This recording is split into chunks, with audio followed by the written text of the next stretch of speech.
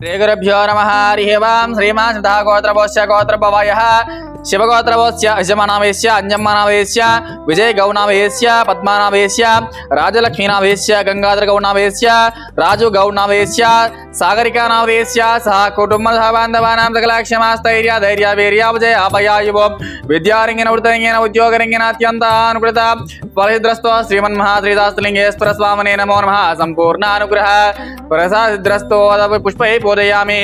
ओम शिवाय नमः, ओम महेश्वराय नमः, ओम शंभवे नमः, ओम सुमुखाय नमः, ओम जगद्रक्षाय नमः, ओम विराट रूपाय नमः। श्री शास्त्रलिंगेश्वर स्वामिने नमो नमः।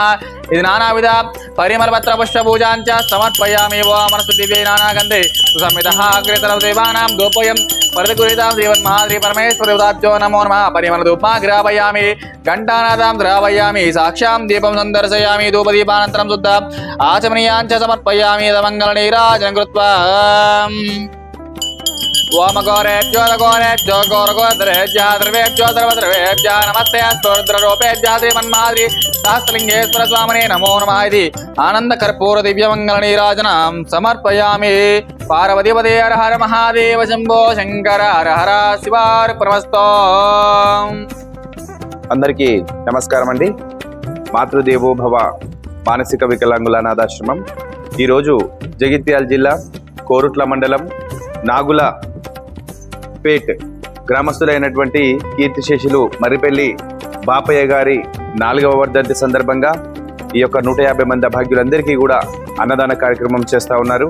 మరి ఈరోజు కీర్తిశేషులు శ్రీ మర్రిపల్లి బాపయ్య గారి జ్ఞాపకార్థం సందర్భంగా ఇంత మంచి కార్యక్రమం చేస్తున్నటువంటి మరి వారి యొక్క కుటుంబ సభ్యులందరికీ కూడా ప్రత్యేకంగా ధన్యవాదాలు తెలియజేసుకుంటూ మరి మర్రిపల్లి బాపయ్య గారు ఎక్కడున్నా వారి పవిత్రాత్మ శాంతి చేకూరాలని మాతృదేవోభవాసం తరఫు నుంచి తెలియజేసుకుంటూ అన్ని దానాల కన్నా అన్నదానం చాలా గొప్ప కార్యక్రమం।